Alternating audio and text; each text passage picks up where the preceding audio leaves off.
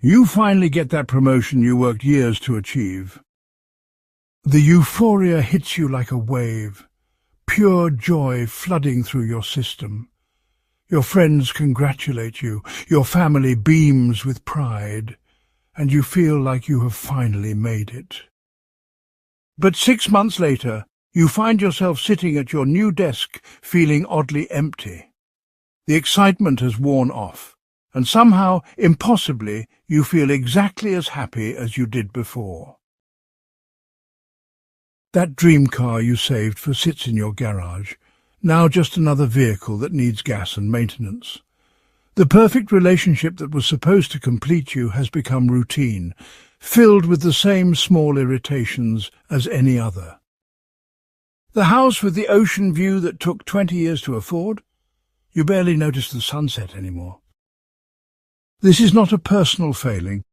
This is not weakness or ingratitude.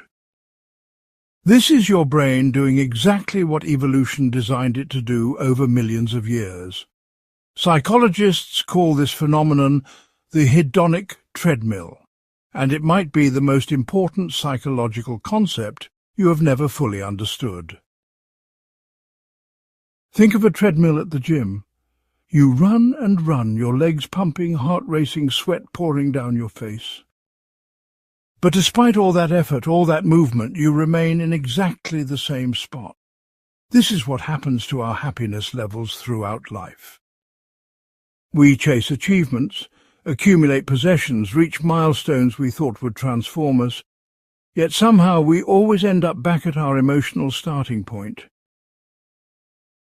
What if I told you that achieving your biggest dreams might actually be a trap?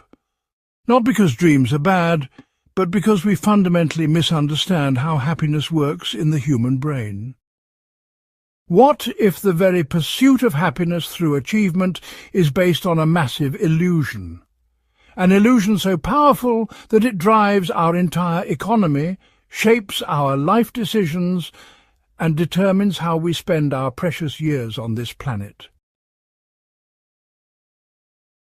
Part 1. The lottery winners who lost their joy. In 1978, 3 researchers from Northwestern University conducted a study that would shake our understanding of happiness forever. Philip Brickman, Dan Coates and Ronnie Janoff-Bullman set out to answer a simple question. What really happens to human happiness when dreams come true? They found 22 major lottery winners in Illinois, people who had won between $50,000 and $1 million. Remember, this was 1978 money, when you could buy a house for $30,000. These people had essentially won financial freedom overnight. The researchers interviewed these winners, asking detailed questions about their happiness levels. They asked about their past happiness, their current happiness, and how happy they expected to be in the future. They also asked about simple pleasures. Everyday moments like watching television, talking with friends, eating breakfast, hearing a funny joke or getting a compliment. The kind of small experiences that make up the texture of daily life. Then they interviewed a control group of 22 regular people from the same neighborhoods as the lottery winners. These were people living ordinary lives with ordinary bank accounts. Finally, and this is where the study gets truly profound, they interviewed 29 people who had suffered catastrophic accidents. These were individuals who had become paraplegic or quadriplegic, losing the use of their limbs forever. You would expect the results to be obvious, right? Lottery winners should be ecstatic, accident victims devastated, and regular people somewhere in the middle. But the human mind does not work the way we think it does. The lottery winners rated their current happiness at 4.0 on a 5-point scale.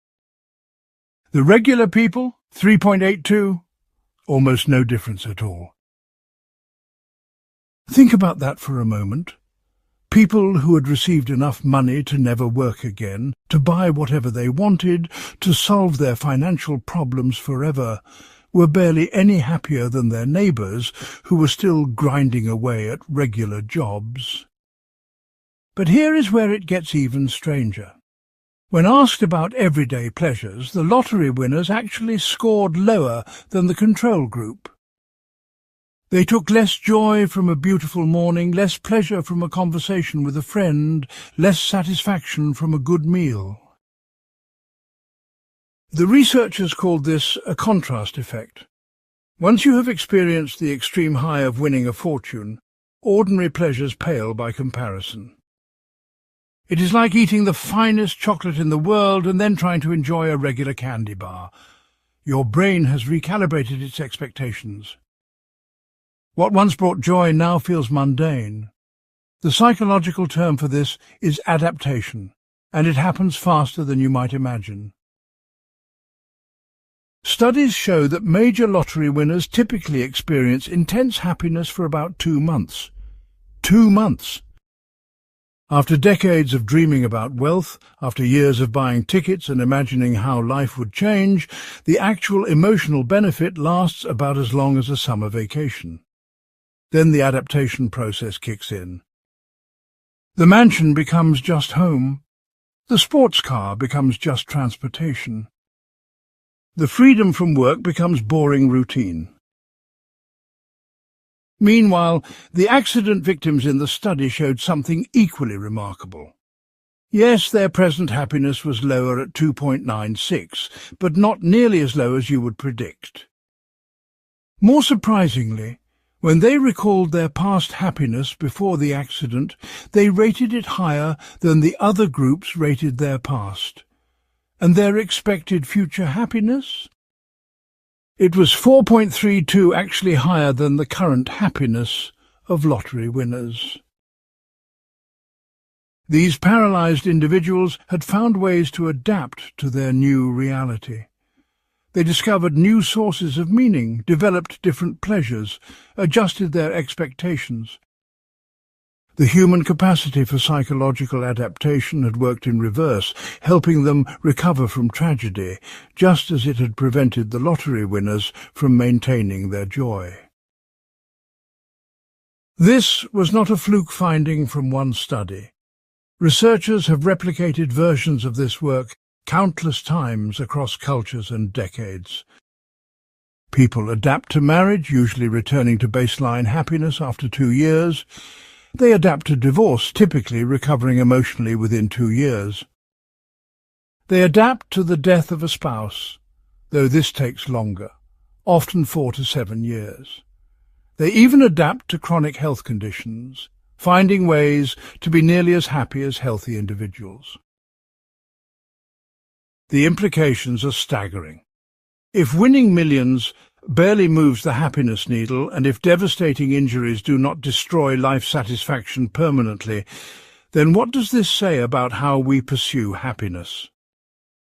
What does it mean for every decision we make based on the belief that achieving our goals will make us happier? We are chasing shadows, running toward mirages that dissolve the moment we reach them. Part 2. The dopamine lie. Your brain tells you. Your brain is lying to you about what will make you happy, and the culprit is a neurotransmitter called dopamine. For decades, scientists believed dopamine was the pleasure chemical, the thing that made you feel good when good things happened. They were completely wrong. What dopamine actually does is far more sinister and explains why you keep falling for the same happiness traps over and over again. When neuroscientist Kent Berridge started studying rats in his laboratory, he made a discovery that overturned everything we thought we knew about pleasure. He found that you could completely destroy the dopamine system in a rat's brain, reducing dopamine by 99%, and something strange would happen. The rats would still enjoy sugar water. Their facial expressions showed the same pleasure response, the same lip-licking and enjoyment. But they would not walk across the cage to get it. They had lost the motivation, not the ability to experience pleasure. This revealed a shocking truth about how our brains work. Dopamine does not create happiness or pleasure at all. Instead, it creates wanting, craving, the motivation to pursue things. It is the chemical of anticipation, not satisfaction. Think about the last time you desperately wanted something. That restless energy, that obsessive thinking, that feeling that you absolutely must have it. That was dopamine flooding your brain. Here is where it gets truly disturbing. Your brain releases far more dopamine when you are anticipating a reward than when you actually receive it. Brain scans show massive dopamine spikes when people are about to eat chocolate, but much smaller responses when they actually taste it. The same pattern appears with shopping, gambling, social media likes, everything we pursue for happiness. Your brain is literally designed to make you want things more than you enjoy having them. Scientists call this the wanting versus liking distinction, and it operates through completely different brain circuits. Liking, real pleasure and satisfaction, happens in tiny areas called hedonic hotspots. These are small regions in the nucleus accumbens and ventral pallidum, ancient parts of your brain. They use opioids and endocannabinoids, not dopamine, to generate actual enjoyment. These hotspots are surprisingly small, about 1 cubic centimetre in rats, probably not much bigger in humans. The machinery for true pleasure takes up less brain space than the machinery for wanting. This is why a drug addict will desperately crave cocaine, even when they no longer get any pleasure from it. The wanting system has been hijacked while the liking system has burned out. But here is the crucial insight. The same thing happens with normal rewards in everyday life. Your promotion, your new house, your perfect relationship, they all trigger massive wanting in advance but deliver much less liking than your brain predicted. Evolution designed the system for a good reason. Our ancestors who were satisfied with what they had would not survive. The ones who always wanted more food, better shelter, higher status, they were the ones who lived to pass on their genes. Satisfaction was dangerous. Constant wanting was survival. We are the descendants of the perpetually dissatisfied. Modern life exploits this ancient wiring ruthlessly. Every advertisement, every social media post, every lifestyle magazine is designed to trigger your wanting system. They show you what you could have, what others have, what you are missing. Your dopamine system responds exactly as evolution programmed it to, flooding you with desire. But the satisfaction you imagine is an illusion created by dopamine. The actual pleasure will be far less than the wanting suggests. Part 3. Your happiness set point is fixed. Scientists have discovered something unsettling about human happiness. You have a genetically determined set point for life satisfaction, like a thermostat setting in your brain. No matter what happens to you, good or bad, you will tend to return to this baseline level. And here is the uncomfortable truth. This set point is largely determined before you are even born. Researchers studied thousands of identical twins who were separated at birth and raised in completely different families. Some grew up rich, others poor. Some had loving families, others faced neglect. Some lived in peaceful suburbs, others in chaotic cities. Yet when scientists measured their happiness levels as adults, the identical twins were remarkably similar. Their happiness correlated at about 0.5, meaning 50% of their life satisfaction was predetermined by their genes. Think about what this means. Half of your capacity for happiness was decided at conception, encoded in your DNA, like your height or eye color. The other 50% comes from everything else, your choices, experiences, relationships, achievements, everything you think matters. But even that 50% is not as flexible as you might hope. A massive German study tracked 17,000 people for 17 years, measuring their life satisfaction annually. Most people stayed within a narrow range their entire lives. Only 25% showed any significant change in their happiness levels over nearly 2 decades. Just 9% experienced major shifts. For 75% of people, their happiness at 40 was essentially the same as at 23, regardless of what happened in between. This does not mean everyone has the same set point. Some people are naturally disposed to be happier, others to be less happy. Brain imaging shows that people with higher happiness set points have more grey matter in areas associated with emotional regulation. They have stronger connections between the prefrontal cortex and the amygdala. Their brains are literally wired differently for well-being. People with higher set points also have different patterns of brain activity at rest. They show more activity in the left prefrontal cortex, an area associated with positive emotions and approach behaviours.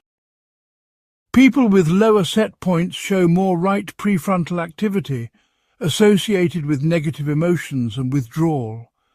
This pattern appears in infants and remains stable throughout life. Babies who cry more at 6 months old tend to be less happy adults 30 years later. Your set point influences how you perceive and remember events. People with higher set points literally see the world differently.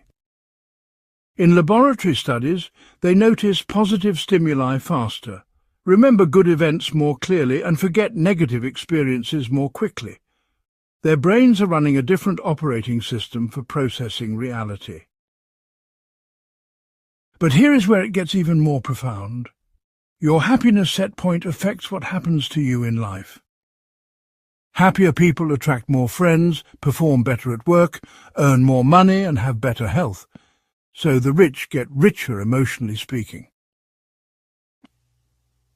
People with higher set points create lives that reinforce their natural happiness advantage. Those with lower set points face more challenges that confirm their gloomier baseline. Part 4. Why millionaires feel poor. In Beverly Hills, millionaires feel poor. In Manhattan penthouses, multimillionaires worry about money. This is not metaphor or exaggeration. Surveys of the ultra-wealthy reveal something bizarre. People with $25 million in assets report needing $50 million to feel secure. Those with $50 million believe they need $100 million. The number that would finally be enough always doubles from wherever they are. This phenomenon has a name in psychology: relative deprivation. Your brain does not evaluate your life in absolute terms, but in comparison to reference points. And those reference points shift constantly based on who is around you. A lawyer making $300,000 feels poor at a party full of investment bankers. The investment banker feels poor around tech founders. The tech founder feels poor compared to established billionaires. Researchers demonstrated this with a simple experiment. They asked people to choose between 2 scenarios.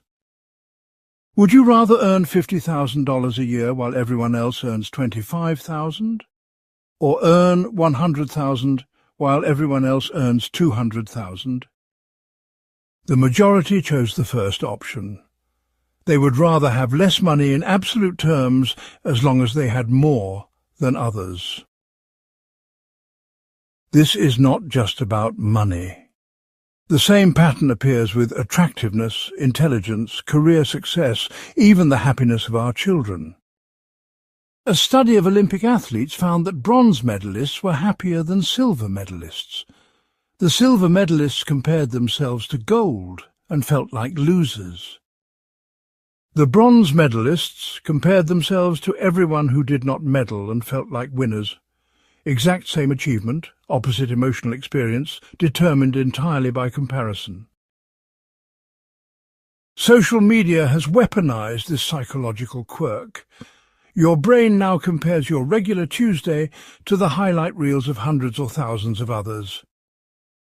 You see their vacations, promotions, perfect moments, while living your mundane reality. Studies show that every hour spent on social media correlates with decreased life satisfaction. Facebook use specifically predicts declining mental health over time. Instagram is even worse, especially for young women comparing their appearance to filtered, edited impossibilities. The neighborhood you live in affects your happiness more through comparison than through actual quality of life. Moving to a richer neighborhood often decreases life satisfaction, even though your absolute standard of living is higher. You went from being relatively well off to relatively poor without your income changing at all. Studies of lottery winners show the same effect. Winners who stayed in their old neighborhoods remained happier than those who moved to wealthy areas. Your brain is constantly, automatically making these comparisons below your conscious awareness.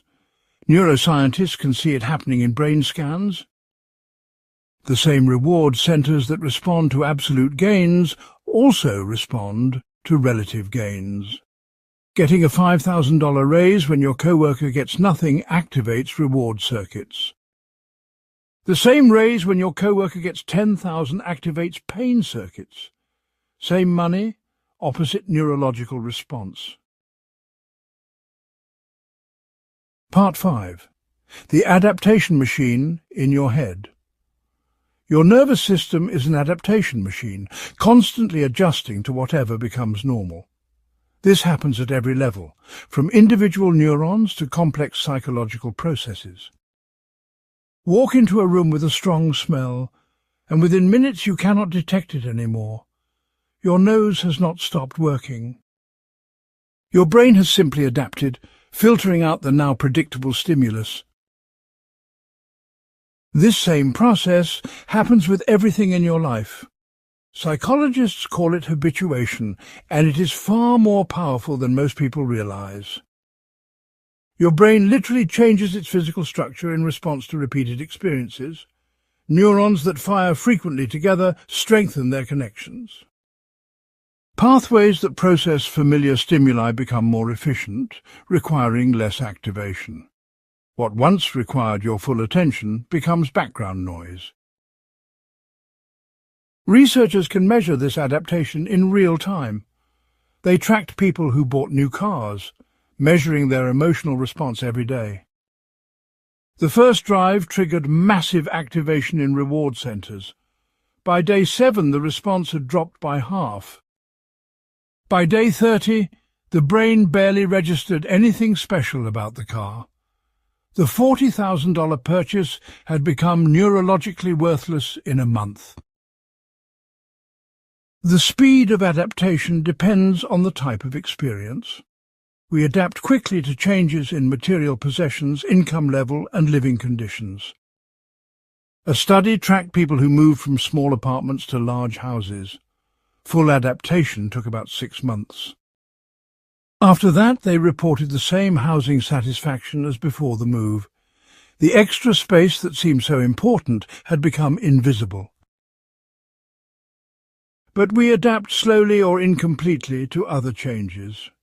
Chronic pain, noise pollution, and long commutes remain sources of unhappiness for years. The brain cannot fully filter out these experiences because they require constant attention or trigger threat detection systems. This is why buying a bigger house does not increase happiness, but shortening your commute does. You adapt to the house, but not to the daily traffic stress. Some experiences actually become better with repetition rather than worse. Researchers call this positive sensitization. Complex music becomes more enjoyable as your brain learns to predict and appreciate patterns. Deep friendships provide increasing satisfaction as shared history accumulates. Skill-based activities like playing an instrument or speaking a language become more rewarding as competence grows. These are rare exceptions to the hedonic treadmill. Your adaptation rate is also influenced by attention. The more you think about something, the slower you adapt to it. People who constantly remind themselves how lucky they are to have something maintain more pleasure from it. But this requires continuous mental effort that most people cannot sustain. The mental energy required to appreciate what you have fights against the brain's natural tendency to adapt and move on. Part 6. The memory distortion effect. Your brain does not just adapt to present experiences. It actively rewrites your memories to support the hedonic treadmill. The happiness you remember from past achievements is not what you actually experienced. Your brain has edited those memories, creating a false narrative that keeps you running toward the next goal. Daniel Kahneman, who won the Nobel Prize for his work on human judgment, discovered something disturbing about how we remember experiences. He called it the peak end rule. Your brain does not average the happiness from an experience. Instead, it remembers only the most intense moment and how the experience ended. Everything else gets deleted from the emotional memory. He proved this with an ingenious experiment involving colonoscopies. Some patients had a shorter procedure that ended painfully. Others had a longer procedure with the same painful moments, but doctors added a few minutes of mild discomfort at the end. The second group experienced objectively more total pain. But they remembered it as less painful because it ended better. Their brains had rewritten the memory based on the ending. This happens with positive experiences too.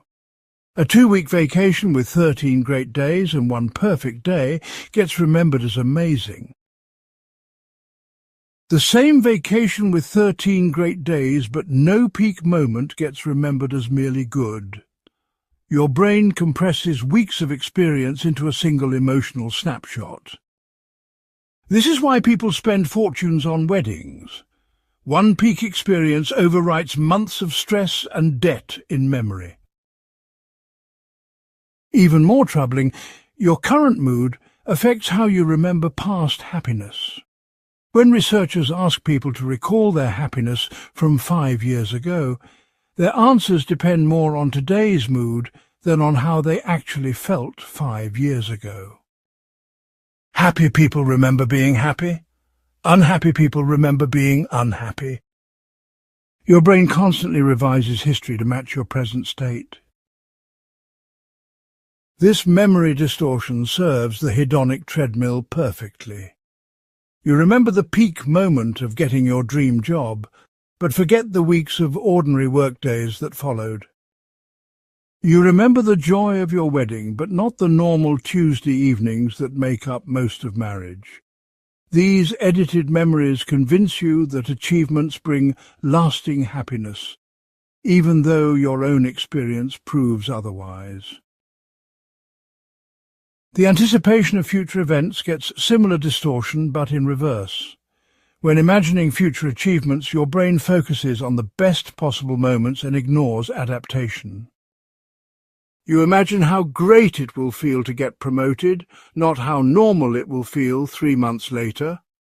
This is called affective forecasting error, and everyone does it. Even people who know about the hedonic treadmill still overestimate how happy future events will make them. Part 7. The Success Paradox. High achievers are particularly vulnerable to the hedonic treadmill, trapped by the very traits that drive their success. The personality characteristics that enable extraordinary achievement also guarantee perpetual dissatisfaction. Ambition, perfectionism, competitiveness, these are not paths to happiness. They are prescriptions for chronic discontent. Research on successful entrepreneurs reveals a troubling pattern.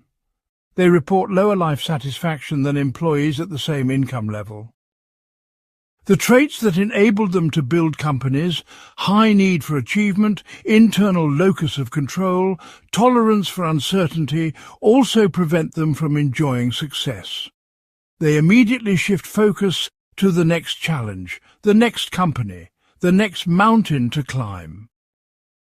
Success becomes a moving target that accelerates away as they approach it. Studies of top athletes show similar findings. Olympic gold medalists often experience severe depression after their victory. They spent years focused on a single goal, sacrificing everything for that moment on the podium. When they achieve it, the absence of the next goal creates an existential void.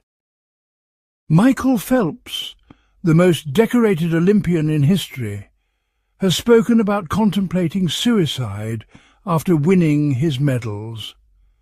The ultimate success had led to ultimate emptiness. Academic overachievers face their own version of this trap. Students who tie their self-worth to grades and achievements show higher rates of anxiety and depression. Getting into Harvard does not make them happy. It makes them worried about maintaining their GPA at Harvard. Making law review does not bring satisfaction. It brings pressure to get the best clerkship. Each achievement just raises the bar for the next required success. The corporate world perfects this misery machine. Investment bankers working 100-hour weeks to make partner discover that partners work just as hard. Tech workers grinding for IPO windfalls find themselves still grinding after becoming millionaires. The finish line keeps moving. A study of Fortune 500 executives found that CEOs are no happier than middle managers, despite earning hundreds of times more. This is not coincidence. Organizations deliberately exploit the hedonic treadmill. They know that satisfied employees stop pushing themselves, so they create systems of perpetual striving. Annual reviews, forced rankings, up or out policies, constantly moving targets. The most successful companies are the best at keeping their employees on the treadmill. Silicon Valley did not become dominant through work-life balance. The cruelest part is that high achievers often know they are trapped but cannot stop running. They see the treadmill clearly but feel powerless to step off. Their identity has become fused with achievement. Without the next goal, the next win, the next validation, they do not know who they are. Success has become an addiction, complete with tolerance, withdrawal, and escalating doses needed for the same high. Part 8. The Relationship Illusion. Finding the right person will not save you from the hedonic treadmill. This might be the most painful truth about happiness adaptation. Love, marriage, the perfect partner, they all follow the same pattern as every other supposed source of lasting happiness. The butterflies die. The passion fades. Normal life reasserts itself. Scientists have mapped the neurochemistry of romantic love with disturbing precision. The early stage of romance floods your brain with dopamine, norepinephrine, and serotonin. Brain scans of people in love look remarkably similar to brain scans of people on cocaine. The same reward circuits fire. The same addiction pathways activate. You literally become chemically dependent on your partner's presence. This intensity has an expiration date. The passionate love phase typically lasts between 6 months and 2 years. After that, the brain's receptors become desensitized. The same kiss that once triggered fireworks now barely registers. Researchers call this the transition from passionate to companionate love. but that is just a nice way of saying the drug has stopped working. Longitudinal studies tracking married couples are sobering. Marital satisfaction follows a predictable decline, dropping steeply in the first 4 years, then gradually thereafter. By year 7, most couples report satisfaction levels barely above their single baseline. The happiness boost from marriage essentially disappears. This happens regardless of income, education, or how in love couples claim to be initially. Having children, another supposed source of lasting fulfillment, shows even worse outcomes for happiness.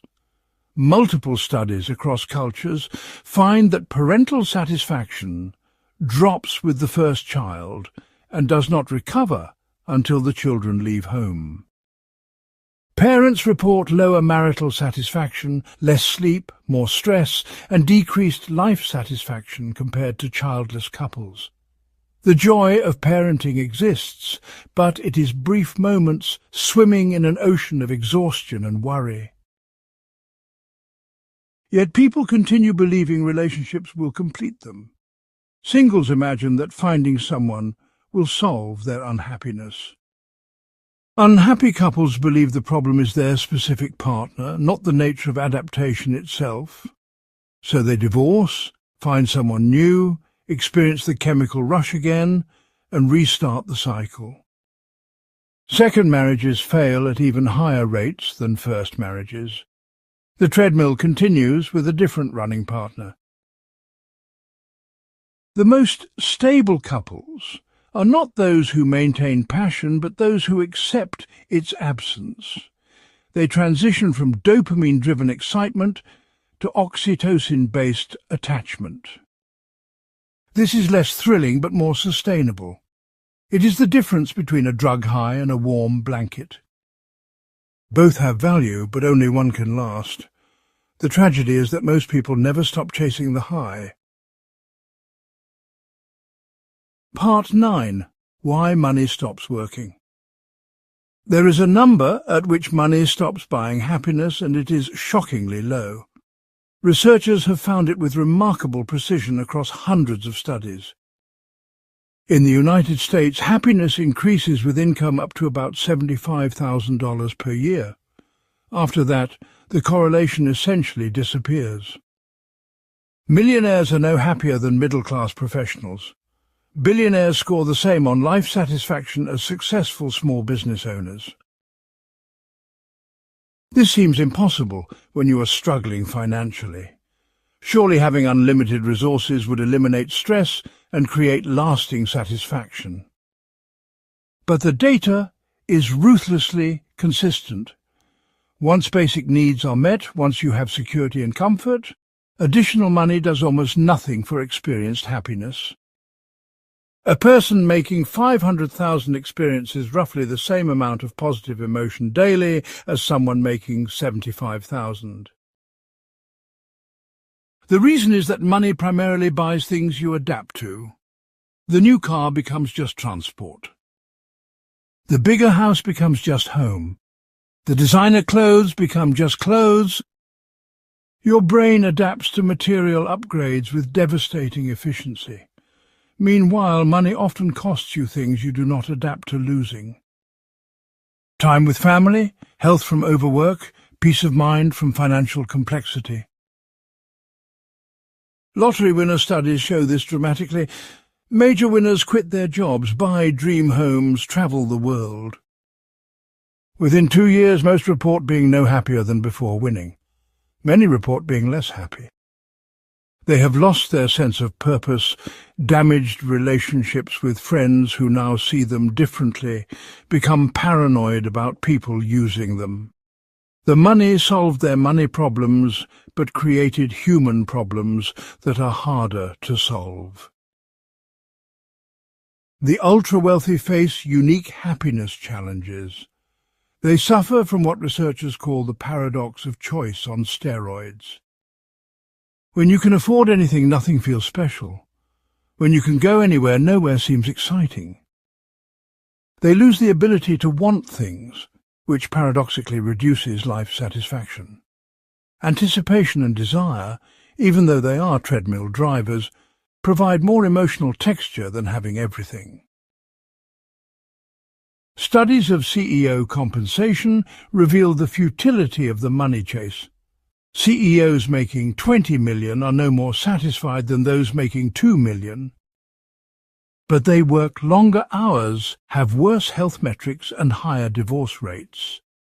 They have sacrificed things that matter for more of something that stopped mattering millions of dollars ago. Yet they continue accumulating, comparing themselves to other CEOs, running on a treadmill where the numbers get bigger but the happiness stays flat. Part 10. The Social Media Trap.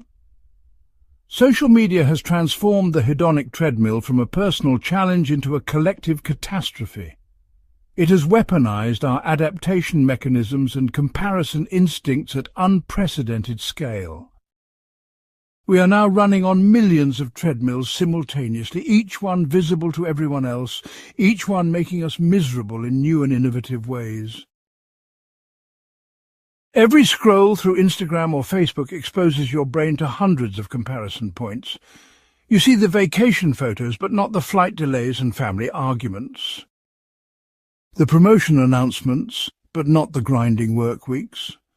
The happy couple photos, but not the silence at dinner. Your brain, evolved for small tribe comparisons, tries to process these hundreds of curated lives and concludes you are failing. The statistics are damning. Heavy social media users report 20% lower life satisfaction than light users. Teenage depression rates have doubled since smartphones became ubiquitous. Suicide rates among young people track almost perfectly with social media adoption curves. We have created a technology that makes humans measurably more miserable, and we cannot stop using it. The mechanism is insidious. Each like, comment or share triggers a small dopamine hit. Your brain learns to crave these micro-validations, but like any drug, tolerance builds quickly. The 100 likes that thrilled you last year feel disappointing today. You need more engagement, more validation, more proof that you matter. The treadmill speeds up with each post. Influencers, the supposed winners of social media, report shocking levels of anxiety and depression. They live in constant fear of losing relevance, of the algorithm changing, of saying something wrong. They cannot enjoy experiences without documenting them. Every moment becomes content. Every interaction becomes performance. They have achieved what millions dream of, social media fame, and discovered it is a prison of perpetual personal branding. The comparison problem has mutated beyond recognition.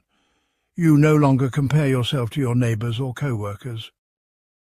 You compare yourself to the highlight reels of thousands of strangers, the perfect bodies of filtered models, the wealth of trust fund influencers, the happiness of people who are literally paid to appear happy. Your brain processes these impossible standards as your peer group. Evolution never prepared us for this. Part 11. The Achievement Addiction. Achievement functions exactly like a drug in your brain, complete with tolerance, withdrawal, and escalating doses needed for the same high. This is not metaphor. Neuroscientists have found that accomplishing goals activates the same reward circuits as cocaine, releases the same neurotransmitters, and creates the same dependency patterns. Success is literally addictive. The first achievement high is the strongest. Remember your first significant accomplishment. Making the team, getting into college, landing your first real job. The euphoria was intense, lasting days or weeks. But each subsequent achievement requires more significance to produce the same feeling. The promotion that would have thrilled you at 25 barely registers at 40. Your brain has developed tolerance. High achievers show all the classic signs of addiction. They experience withdrawal when not pursuing goals, feeling empty, anxious and restless. They sacrifice relationships and health for the next achievement fix. They continue achieving despite negative consequences. They lie about their work hours, hide their obsession, justify their behavior with elaborate rationalizations. The only difference from drug addiction is social approval. Studies of goal pursuit show disturbing parallels to substance abuse research. People in the midst of achieving a major goal show decreased activity in brain regions associated with empathy and social connection. They become temporarily sociopathic, willing to harm others for success. Their moral reasoning shifts to justify previously unacceptable behavior. The goal becomes more important than the person they thought they were. The withdrawal phase is particularly brutal. Post-achievement depression is a recognized psychological phenomenon. Astronauts returning from space, athletes after Olympics, entrepreneurs after selling companies, they all report the same crushing emptiness. The brain, deprived of its achievement drug, enters a kind of mourning. Many immediately start planning the next achievement to escape this feeling. The cycle continues. Treatment centers for work addiction are opening worldwide, using the same protocols as drug rehabilitation. They force executives to detox from email, teach them to tolerate being unproductive, help them find identity beyond achievement. The relapse rates are similar to those for cocaine. Most return to their achieving behaviors within months. The difference is that society celebrates their relapse as getting back on track.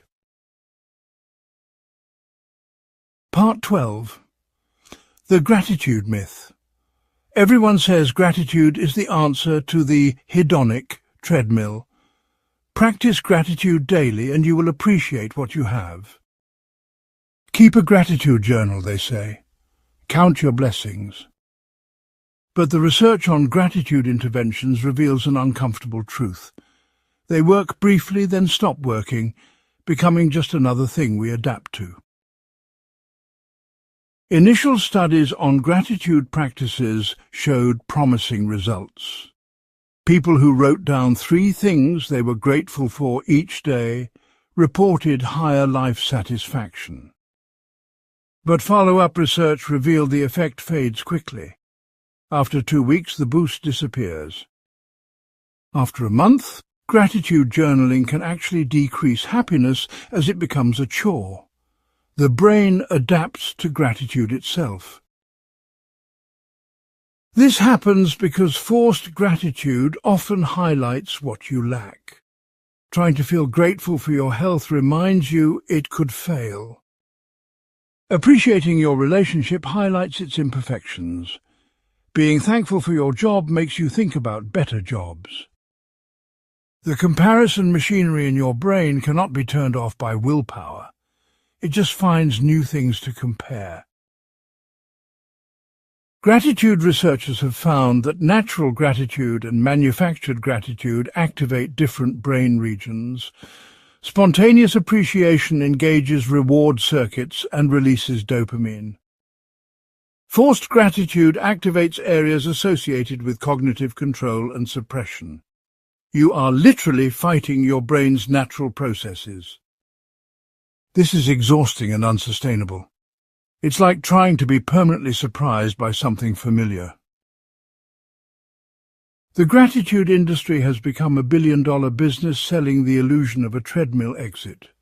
Gratitude apps, journals, workshops, retreats, all promising to help you appreciate what you have. But they're just adding another task to your self-improvement treadmill. Now you are not just failing to be happy with your achievements. You are also failing to be grateful enough for them. The treadmill has grown a second level.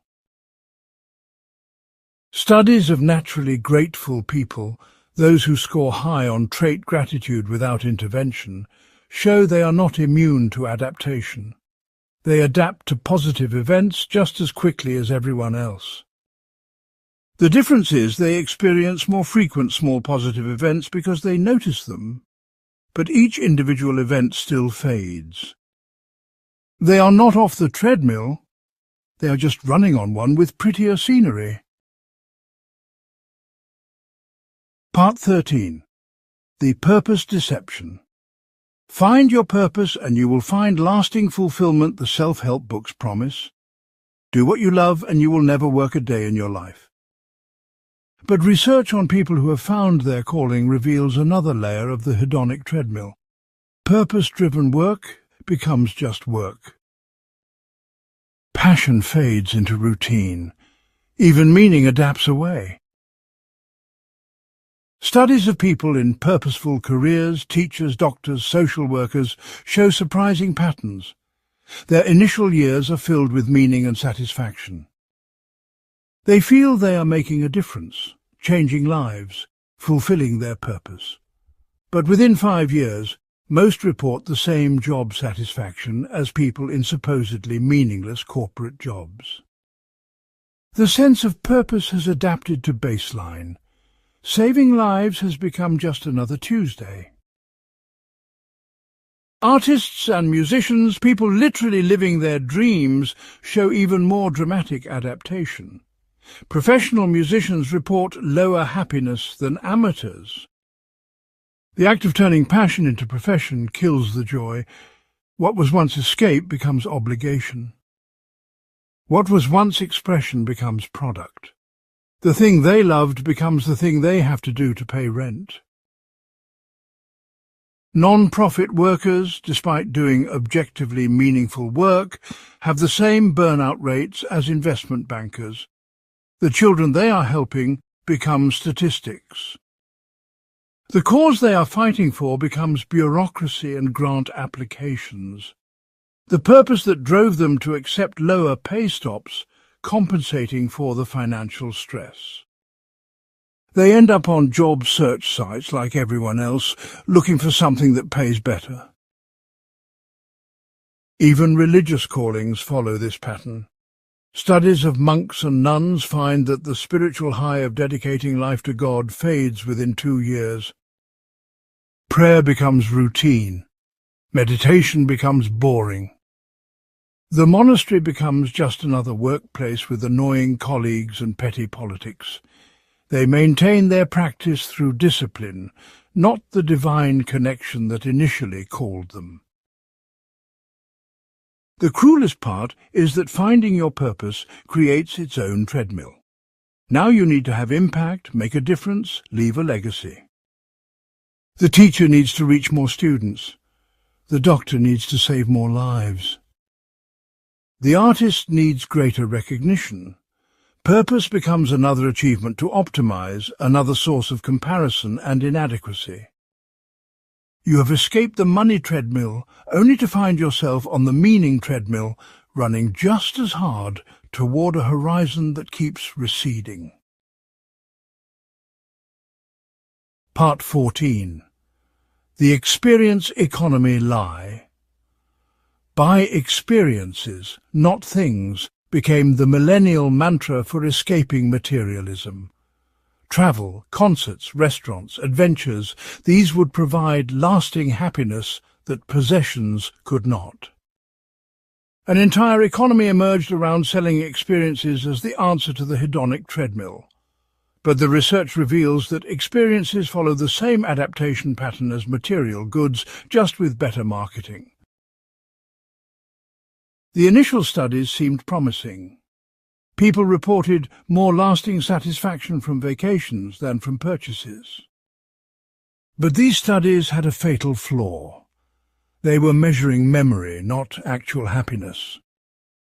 When researchers tracked people during experiences versus during product use, the happiness levels were identical.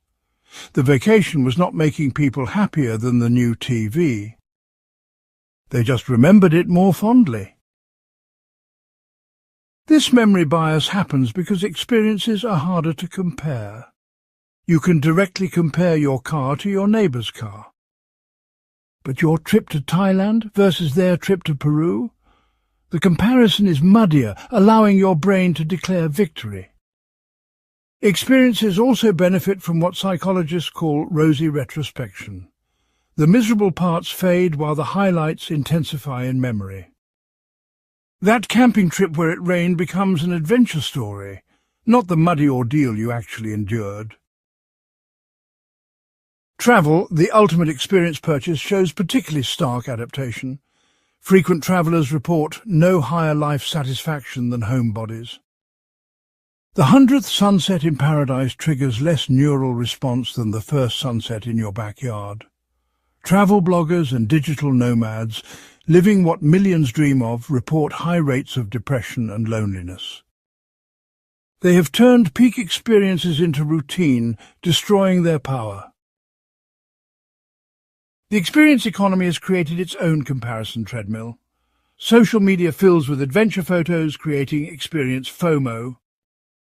Your local weekend feels pathetic compared to someone's Bali retreat. Restaurants become Instagram performances rather than meals. Concerts are watched through phone screens to capture content. The experience itself becomes secondary to documenting it for social validation. Even worse, the pressure to maximize experiences creates anxiety that undermines enjoyment. Every vacation must be optimized, every weekend planned, every moment productive. People report feeling exhausted by their leisure, stressed by their fun. They have replaced the work treadmill with an experience treadmill, running through bucket lists instead of to-do lists. The hedonic adaptation continues, just in more exotic locations. Part 15. The Mindfulness Trap. Mindfulness was supposed to be the ultimate escape from the hedonic treadmill. Live in the present moment, fully experience what is happening now, stop chasing future happiness. Meditation apps promise peace, presence, and lasting contentment. But longitudinal studies of meditators reveal that even mindfulness becomes something we adapt to. Beginning meditators often experience profound shifts. Colours seem brighter, food tastes better, ordinary moments become magical. The present moment feels like a revelation after years of mental time travel. But talk to someone who has meditated daily for 5 years. The magic has faded. Meditation has become another morning routine, like brushing teeth. The present moment is just another moment. Brain scans of long-term meditators show fascinating adaptations. The initial changes in brain structure, increased grey matter in attention areas, thicker prefrontal cortex do continue. But the subjective experience flatlines. The meditator's brain has adapted to its new normal.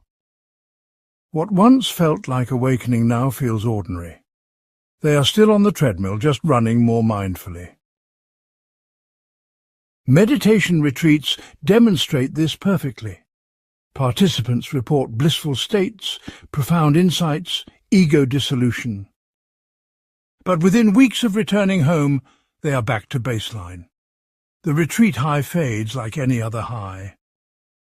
Many become retreat junkies, chasing increasingly intensive experiences. 10-day retreats stop working, so they try 30 days. Then 3 months.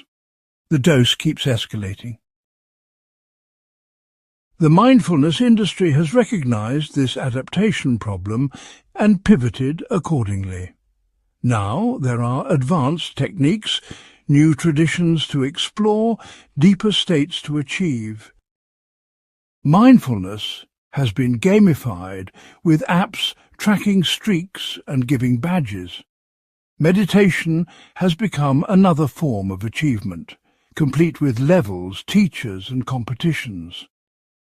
People compare their meditation practices, their retreat experiences, their states of consciousness.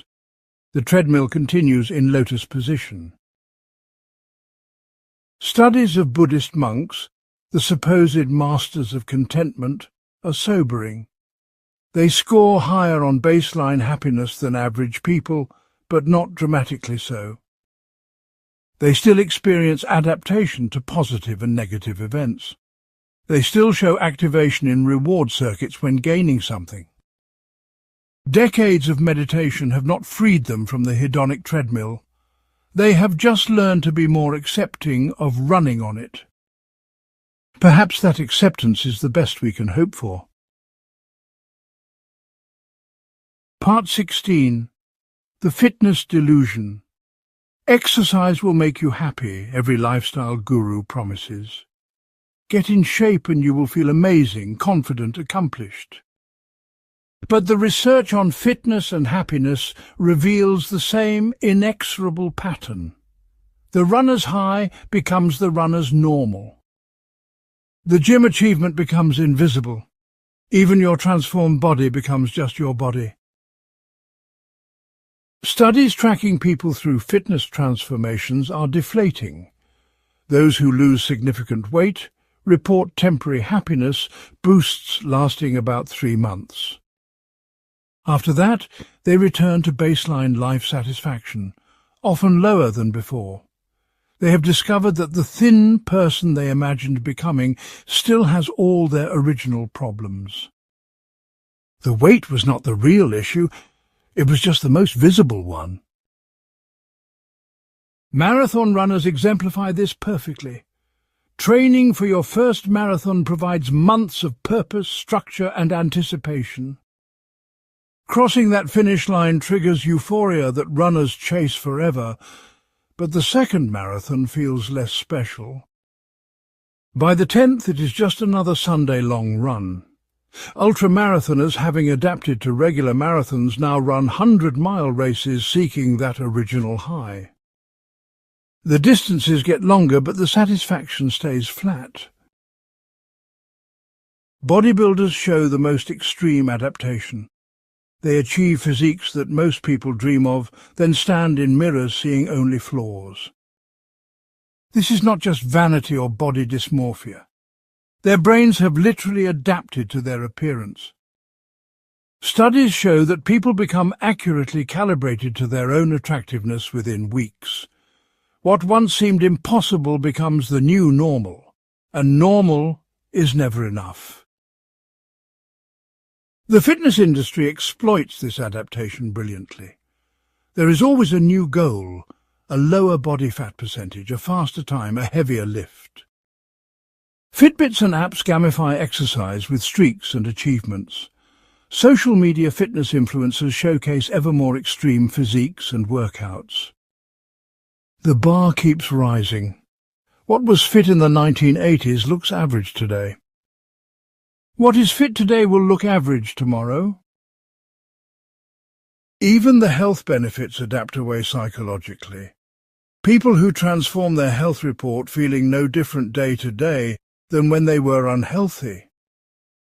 The absence of disease does not register as presence of wellness. You cannot feel your clean arteries or appreciate your stable blood sugar. Health is only noticeable when it fails.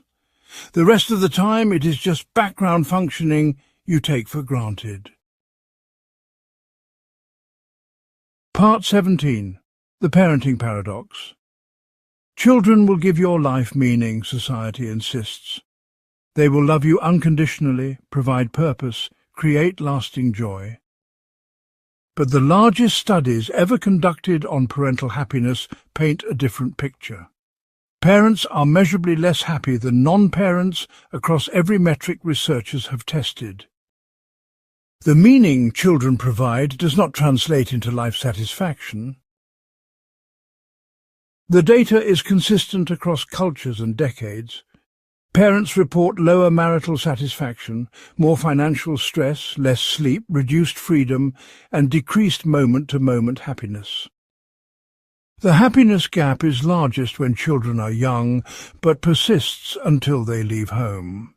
Empty nest syndrome is real, but it is often accompanied by a happiness rebound. Parents finally return to their pre-child baseline 20 years later. The adaptation to parenthood is particularly cruel. The miracle of your first child's birth, that overwhelming love and awe, fades within months. Changing diapers becomes tedious. Sleepless nights become torture. The child you desperately wanted becomes the reason you cannot do anything you want to do. Love remains, but it exists alongside exhaustion, frustration, and resentment. Parents adapt to their children's milestones with shocking speed.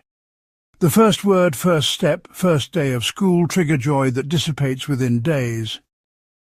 By the second child, these milestones barely register. Parents of multiple children report that each subsequent child provides less happiness boost than the previous one. The hedonic treadmill applies even to creating human life. The comparison problem intensifies with children. Parents compare their kids to others, their parenting to impossible standards, their family life to social media fiction. Every developmental delay triggers anxiety. Every behavioral problem feels like personal failure. The stakes feel ultimate because they involve another human's future. The treadmill becomes not just personal but intergenerational. Studies of parents whose children achieve great success are particularly revealing. Parents of valedictorians, professional athletes and CEOs report no higher life satisfaction than parents of average children. They have adapted to their child's achievements just as they adapted to their own. The pride fades. The bragging rights become boring. They find new things to worry about, new ways their successful children could be even more successful. Part 18. The Retirement Trap. Retirement represents the ultimate finish line for most people's hedonic treadmill. Work your whole life, save money, then finally enjoy lasting happiness in your golden years. But longitudinal studies of retirees reveal that retirement follows the same adaptation pattern as every other supposed happiness destination. The freedom becomes routine. The leisure becomes boring. Paradise becomes purgatory. The first 6 months of retirement often do bring happiness increases. No alarm clocks, no meetings, no deadlines. Retirees report feeling liberated, relaxed, finally able to pursue interests. But by year 2, life satisfaction has typically returned to pre-retirement levels or lower. The absence of work stress is replaced by absence of purpose. The freedom from schedule becomes aimlessness. Wealthy retirees who can afford any lifestyle show the starkest adaptation. They travel extensively for a year or two, then find travel exhausting. They golf daily until golf becomes a chore. They buy vacation homes that sit empty. Studies show that retirees with 20 million in assets report the same daily happiness as those with 2 million. Once you can afford comfort, additional millions buy nothing emotionally. The social aspects of retirement are particularly challenging. Work, despite its stresses, provided social connection, status and identity. Retirees lose their professional networks, their sense of importance, their answer to what do you do. Men especially struggle with this loss of identity. Depression rates spike in the first 3 years after retirement. The dream of freedom has become isolation. Many retirees end up recreating work-like structures to cope. They volunteer with the same intensity they once worked. They create elaborate routines and schedules. They find part-time jobs not for money, but for purpose. They have escaped the work treadmill only to rebuild it in retirement. The need to strive, to progress, to achieve something continues regardless of age or wealth. Studies of people who achieve financial independence, retire early, are especially sobering. These individuals saved aggressively to retire in their 30s or 40s. Within 2 years, most report being no happier than when working. Many return to work not for financial need but for psychological survival. They discovered that the problem was not the job. The problem was being human, and that cannot be retired from. Part 19. The Enlightenment Industry. Personal development has become a $40 billion industry, selling escape routes from the hedonic treadmill. Each new method promises to be different. The final answer, the real solution. But studies of people who immerse themselves in self-improvement show they end up on a meta-treadmill. They are now running toward becoming someone who does not need to run. The pattern is predictable. Someone discovers a new system, whether therapy, coaching, or spiritual practice. Initial breakthroughs feel transformative. Old patterns seem to dissolve. Life feels different, better, more authentic. But within months, the new normal establishes itself. The breakthrough becomes background. They start searching for the next level, the next teacher, the next transformation. Life coaches and their clients demonstrate this perfectly. Coaching can produce real changes in behavior and outcomes. But life satisfaction improvements rarely last beyond the coaching relationship. Clients achieve their goals, then need new goals. They optimize their lives, then need to optimize the optimization.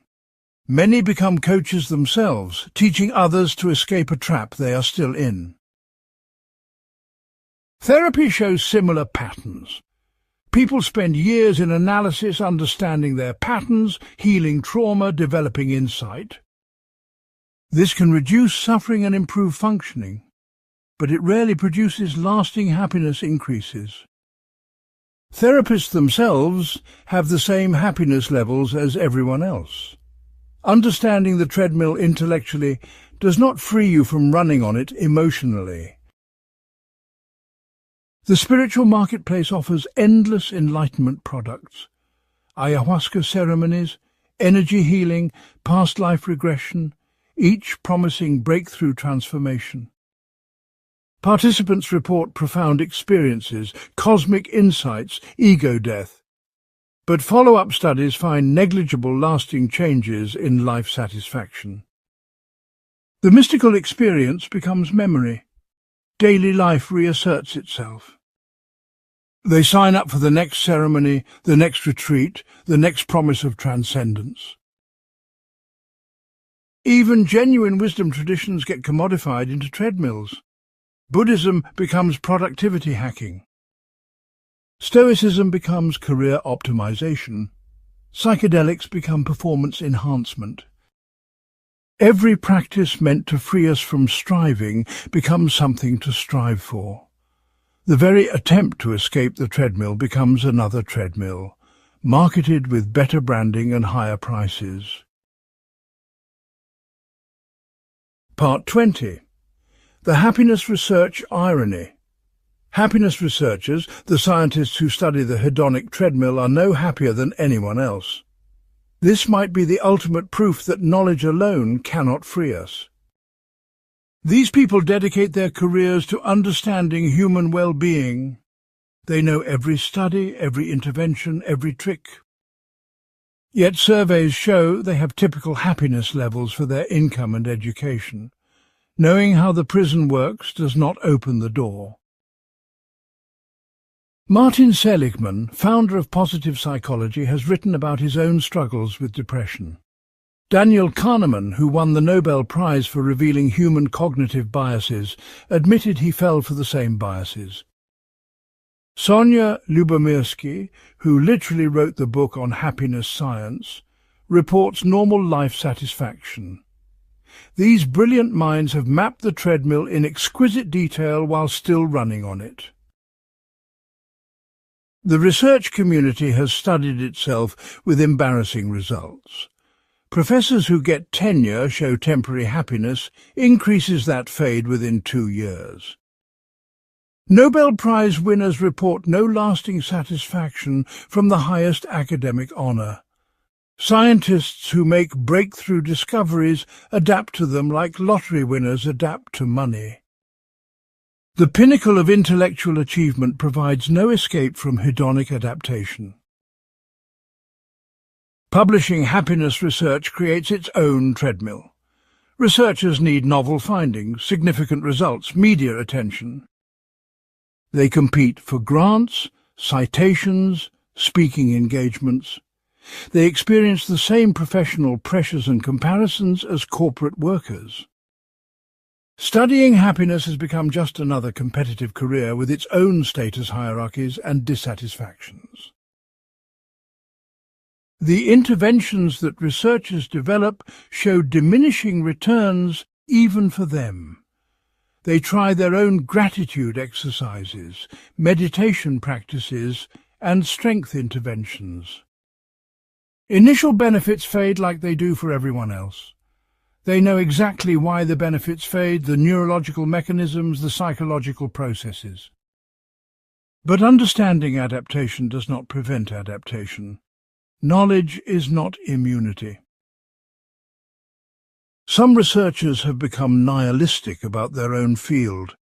They continue studying happiness while believing lasting increases are impossible. They publish papers on interventions they know will stop working. They give talks on well-being while privately accepting the futility.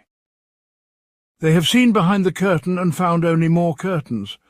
The science of happiness has become a monument to its own impossibility. Part 21. The Cultural Programming. Every culture programs its citizens to run on specific treadmills, then calls it tradition, values, or the good life. Americans chase individual achievement and call it the American dream. Japanese pursue group harmony and call it wa. Indians seek spiritual liberation and call it moksha. Each culture believes its treadmill leads somewhere while others are running in circles. They are all running in circles. Anthropologists studying happiness across cultures find the same adaptation patterns everywhere. Bhutanese farmers adapt to their simple life satisfaction. Manhattan executives adapt to their complex life stress. Both report similar happiness ranges. The content differs, but the process is identical. Every culture has created elaborate justifications for why their particular form of striving is meaningful. Immigration studies reveal how quickly people adopt new cultural treadmills.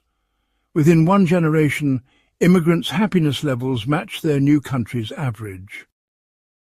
The children of refugees from war zones report typical teenage angst. The grandchildren of famine survivors worry about their Instagram followers. Extreme suffering and extreme privilege both fade into whatever becomes normal. Traditional cultures that Westerners romanticize show the same hedonic adaptation. Remote tribes without modern technology are not happier than city dwellers. They adapt to their hunter-gatherer lifestyle just as we adapt to our digital one. They have fewer choices, but also fewer expectations. The hedonic treadmill predates industrial civilization by millions of years. We did not create it. We just gave it fancier decorations. Religious cultures that prioritize afterlife rewards show fascinating patterns. Believers are slightly happier than non-believers, but not because of their faith itself. The happiness comes from community, routine, and meaning structures. Monks and nuns, despite dedicating everything to God, show typical adaptation to their spiritual practices. Even the promise of eternal paradise does not eliminate present dissatisfaction. The treadmill continues while waiting for heaven. Modern culture has accelerated the treadmill to inhuman speeds. What took generations to achieve now takes years. What took years now takes months. The adaptation that once happened over lifetimes now happens in weeks. We have optimized dissatisfaction, scaled striving, and democratized disappointment. Everyone can now fail to find happiness at unprecedented rates. Part 22. The Gender Divide. Men and women run on different but equally futile treadmills, each gender convinced the other has it easier. Research reveals that both sexes follow identical adaptation patterns but to different achievements. Men adapt to career success and financial gains. Women adapt to relationship milestones and family achievements.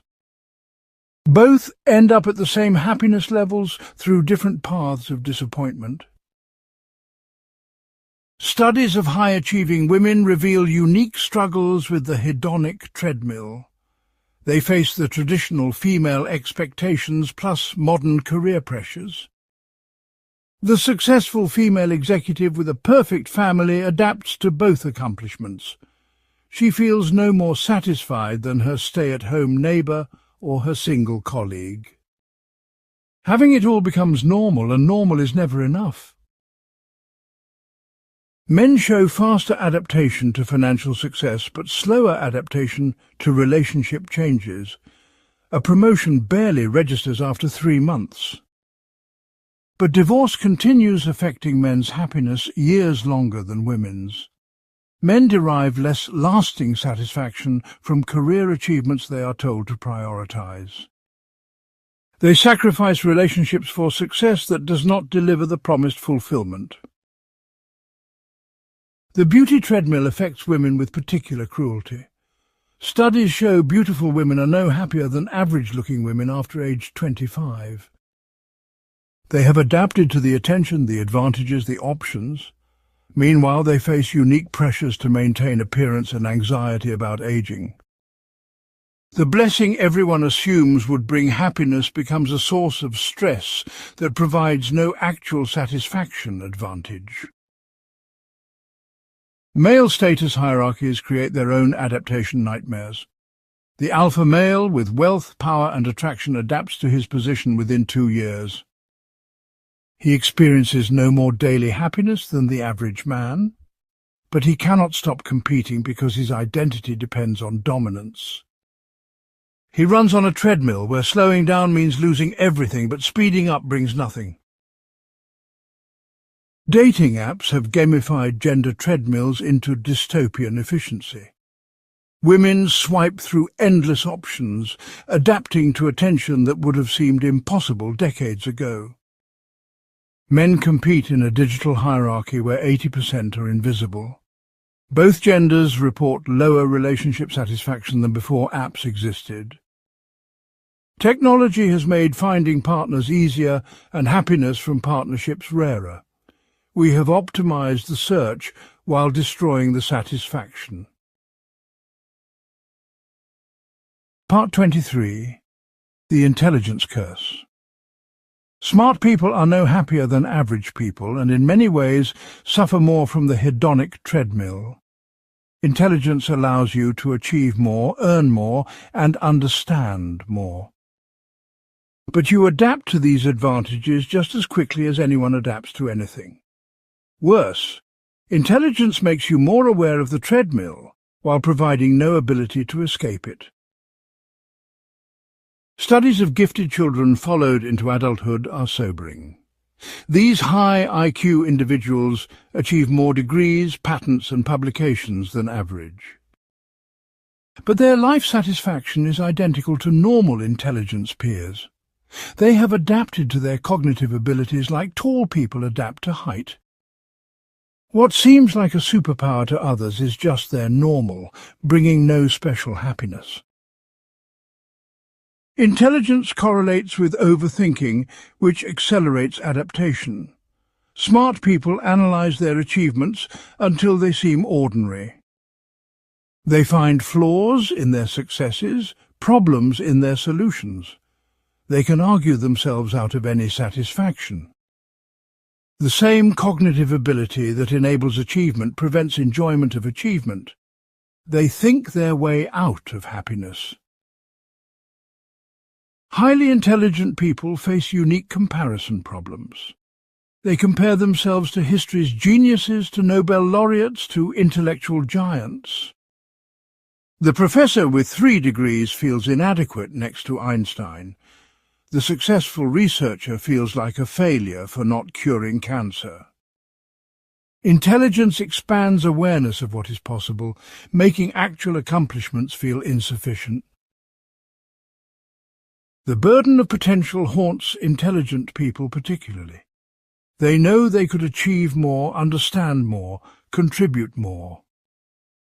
Every choice represents vast opportunity costs they can calculate precisely. The awareness of unlived lives, unwritten books, unsolved problems creates a unique form of suffering. They adapt to their achievements while remaining acutely aware of what they have not achieved. Studies of Mensa members, the high IQ society, find no happiness advantage and higher rates of anxiety and depression. These brilliant minds gather to discuss their struggles with meaning and satisfaction. They understand the hedonic treadmill perfectly, can explain its evolutionary origins and neurological mechanisms. Then they go home and suffer from it like everyone else. Intelligence provides insight without relief, understanding without escape. Part 24. The Creativity Trap. Creative people face a particularly vicious version of the hedonic treadmill. Every creation becomes old the moment it is complete. The song that consumed months to perfect becomes boring to its creator upon release. The novel that felt like giving birth becomes embarrassing to read later. Artists must constantly create new work because they rapidly adapt to existing work, but audiences adapt too. Studies of professional artists reveal devastating adaptation patterns. The painter adapts to their style and feels compelled to evolve. But audiences adapted to the old style and resist change. The musician's breakthrough album becomes a prison of expectations. They cannot repeat it without being derivative or depart from it without losing fans. Success in creative fields means becoming trapped by what you created. The validation cycle for creators is particularly addictive and unsatisfying. Initial recognition triggers massive dopamine releases. But each subsequent achievement needs to be bigger for the same neurological response. The local gallery showing leads to regional, then national, then international. But the artist feels the same at the Guggenheim as they did at the coffee shop. The venues get grander, but the satisfaction stays flat. Creative comparison is uniquely painful. Every artist compares themselves to geniuses in their field and finds themselves lacking. The novelist compares themselves to Shakespeare, the composer to Mozart. But they also compare themselves to contemporary peers, to viral sensations, to commercial successes. There is always someone more talented, more recognized, more authentic. The creative treadmill has infinite lanes, all visible, all moving at different speeds. Studies of highly successful creators are the most depressing. Oscar winners show no lasting happiness increase from the highest honor in film. Grammy winners report the same life satisfaction as unknown musicians. Best-selling authors adapt to their success within months. The dream achievement that motivated years of struggle becomes a line on a resume. Many report that success ruined their relationship with their art, turning passion into product. The creative process itself involves constant adaptation. The excitement of a new idea fades as execution begins. The flow state that feels transcendent becomes harder to achieve. Each project follows the same emotional arc from enthusiasm through struggle to anticlimax. Creators become addicted to starting new projects because only novelty provides relief from adaptation. But they adapt to novelty itself, needing ever more radical departures to feel anything. Part 25. The Technology Acceleration. Technology has not freed us from the hedonic treadmill. It has computerized it, optimized it, and increased its speed exponentially. Every innovation that promises to make life easier and happier instead creates new forms of adaptation and dissatisfaction. We now run on digital treadmills that never stop, never slow, and are visible to everyone. Smartphones were supposed to connect us and simplify our lives. Instead, they created infinite comparison opportunities and constant stimulation we rapidly adapt to. The miracle of having all human knowledge in your pocket became normal within months. Now a slow internet connection triggers more frustration than no internet once did. We have adapted to magic and feel miserable when the magic lags. Each technological improvement follows the same pattern. High-speed internet was amazing until it became normal. Now anything slower is unbearable. Streaming services eliminated video store trips, but now we spend 40 minutes browsing infinite options. Food delivery apps removed friction from ordering, so now cooking feels like unacceptable effort. Every convenience becomes a new baseline below which we cannot tolerate falling. Dating apps promised to solve loneliness by expanding options. Instead, they created a paradox of choice, where everyone adapts to abundance. Having access to thousands of potential partners makes no single person feel special. The match that would have thrilled you before apps now feels disappointing. You wonder who else is out there, who you are missing, whether you can do better. The app solved the access problem, but created an appreciation problem. Virtual reality, the newest promise of experiential transcendence, shows early signs of the same pattern. Initial users report mind-blowing experiences that fade within weeks. The virtual vacation becomes less satisfying than anticipated. The virtual social interactions feel hollow after the novelty fades. We are adapting to virtual experiences as quickly as real ones because the adaptation happens in our brains, not in the external world. Artificial intelligence promises to eliminate drudgery and free us for fulfillment, but early adoption shows familiar patterns.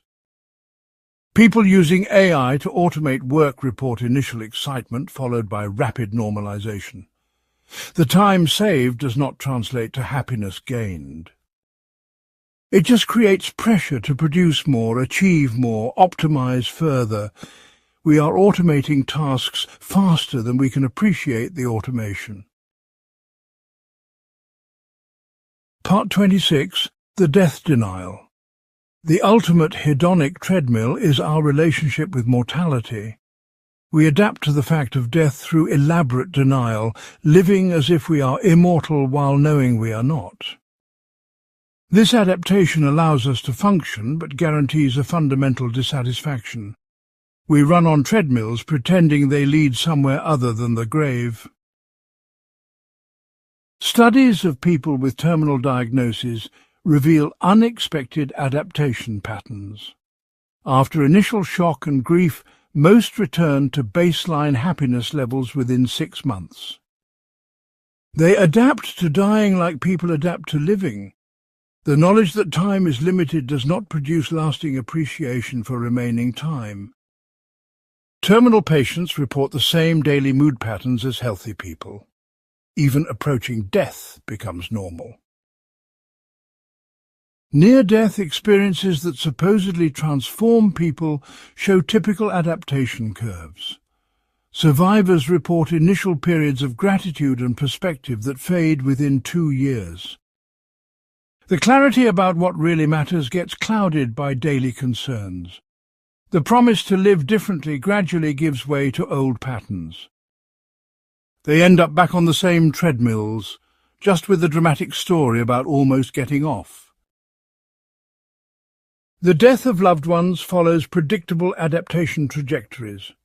Intense grief typically lessens after 6 months, stabilizing near baseline by 2 years. People feel guilty about adapting, as if happiness dishonors the deceased. But the brain adapts to loss as reliably as it adapts to gain. The empty chair becomes normal. The absence becomes presence. Life continues its patterns with one less participant. Awareness of mortality motivates the treadmill rather than stopping it. Knowing life is short makes people run harder, not step off. They pursue bucket lists, legacy projects, meaning making ventures. The approach of death accelerates striving rather than enabling acceptance. The treadmill speeds up as time runs out, a final sprint toward a finish line that is also an ending. Even those who claim to have accepted death show behavioral evidence of denial. They make future plans, save for retirement, act as if tomorrow is guaranteed. This is adaptive denial, allowing function despite futility. But it means we never fully experience our finite reality. We are always adapting to death without ever actually accepting it. The ultimate adaptation is to never fully adapt. Part 27. The Wisdom Paradox. Wisdom, the supposed compensation for aging, does not protect against the hedonic treadmill. Older people who have witnessed decades of adaptation cycles still fall for the same illusions. They know from experience that achievements do not bring lasting happiness, yet they continue advising young people to achieve. They have learned the truth but cannot live it. Studies of life satisfaction across ages reveal a U-shaped curve. Happiness is high in youth, drops in middle age, then rises again in old age. But this is not wisdom defeating the treadmill. It is lowered expectations finally matching reality. Older people are not happier because they have figured something out. They are happier because they have given up on becoming happier. Elderly people looking back on their lives show predictable regret patterns. They wish they had worked less, loved more, taken more risks. But when young, they made the same choices everyone makes. They ran on the same treadmills despite advice from their elders. Now they give advice that the next generation will also ignore. Wisdom is knowing the treadmill is futile while watching others run anyway. The accumulation of experience does not translate to accumulated happiness. The person who has travelled the world is no more satisfied than the person who stayed home. The serial entrepreneur is no happier than the lifetime employee. More experiences just means more things to adapt to. The elderly have not transcended the treadmill. They have just run on it longer. Philosophers and spiritual teachers who dedicate their lives to understanding happiness show the same patterns. They write profound books about contentment while struggling with their own dissatisfaction. They teach acceptance while striving for recognition. They preach presence while planning their next lecture. Understanding the treadmill philosophically does not stop its mechanical operation. Wisdom is just another achievement to adapt to. The greatest wisdom might be accepting that wisdom does not help. The elderly are not secretly happy, harbouring some knowledge that would save us. They are running on the same treadmill, just more slowly with worse knees. The search for wisdom is itself a treadmill, promising that with enough understanding we can escape understanding's limitations. But we cannot think our way out of being human. Part 28. The Freedom Illusion.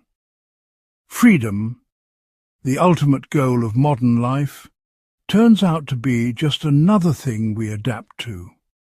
Studies of people who achieve financial freedom, location independence, or retirement all show the same pattern. The absence of constraints becomes its own constraint. Freedom from becomes desperate, searching for freedom too. The open road leads back to the same internal treadmill. People who achieve complete financial independence report unexpected psychological challenges. Without the structure of necessary work, they struggle to create meaning. Every action becomes a choice, and choice becomes exhausting. They spend their freedom trying to figure out what to do with freedom. Many return to work not for money, but for the relief of external structure. Freedom becomes a burden they pay to escape from. Digital nomads living the Instagram dream of working from beaches report high rates of depression and loneliness. They have adapted to travel, sunset views and flexibility. The beach in Bali becomes just another office. The freedom to work from anywhere becomes the obligation to constantly decide where. They end up creating routines and regular locations, rebuilding the structure they paid to escape. Political freedom shows similar adaptation patterns. People who escape oppressive regimes report initial euphoria that fades within years. The children of refugees cannot appreciate freedoms they have always known. Citizens of the freest societies in history feel as constrained as anyone ever has. We adapt to freedom so completely that we cannot perceive it. The absence of chains does not register as presence of liberty.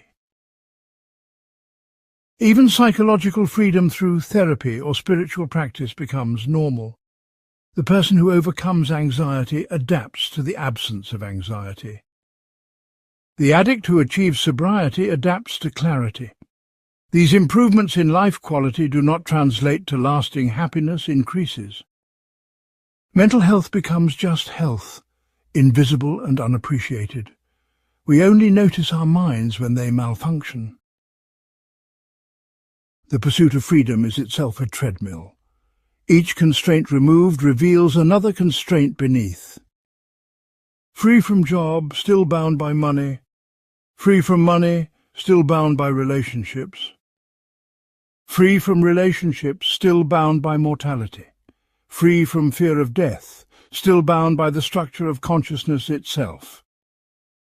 There is no final freedom, only different levels of constraint to adapt to. Part 29. The Love Deception.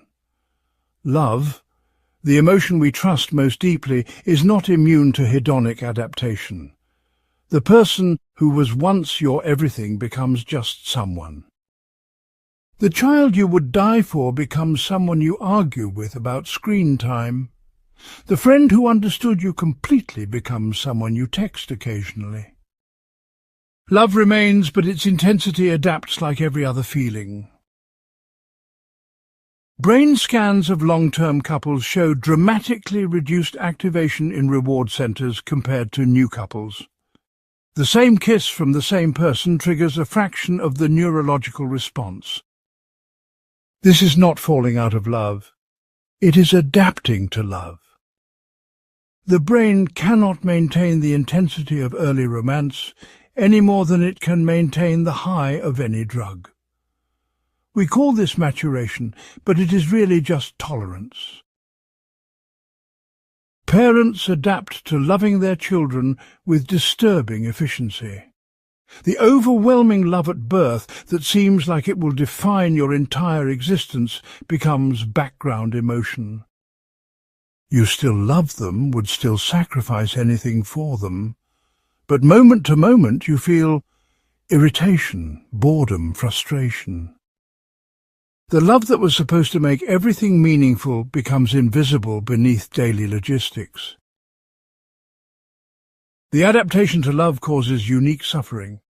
We expect love to be the one thing that does not fade. When it does, we think, something is wrong with us, our partner, our relationship.